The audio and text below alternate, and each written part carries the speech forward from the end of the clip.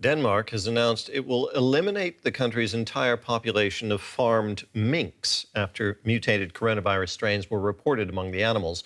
More than 15 million will be culled. In some cases, the mutated virus also infected people.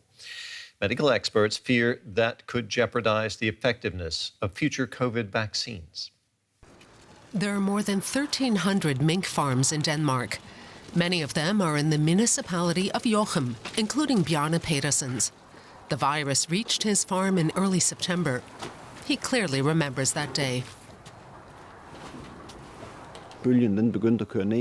It was like a wave passing through the stables. It began at one end, with the animals sneezing and losing their appetite, and it kept spreading.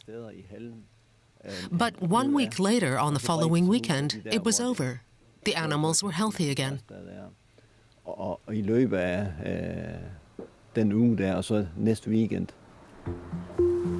Bjarne Pedersen also contracted the virus.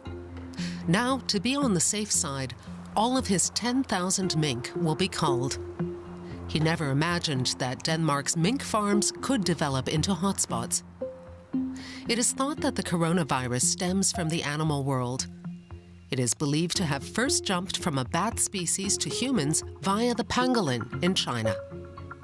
On Denmark's mink farms, it is now jumping back to animals from humans. Once a mink is infected, the virus spreads to almost all of the animals on a farm in less than 2 weeks. Virologists are concerned about this extensive transmission. Anders Fromsgaard's team analyzed the mutation on the mink farms and found it matched the virus found in some people in the region who fell ill.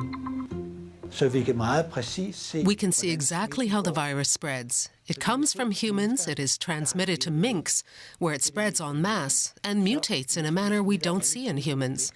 And then it jumps back to the human population, and thus to the rest of the world. Every third corona case in northern Jutland can already be traced back to the mink farms. Exactly how it spread is still unclear. But with ever more mutations in circulation, especially those from animals, the pandemic will become difficult to stop. A vaccine could lose its effectiveness, and the people who have been ill might not be immune to the mutation. So we would never achieve herd immunity. And that is why culling task forces are now rapidly traveling through Denmark. The animals are killed with carbon monoxide in boxes like this one. They're then immediately incinerated, along with their valuable fur. Protective gear is mandatory, as any animal might be infected.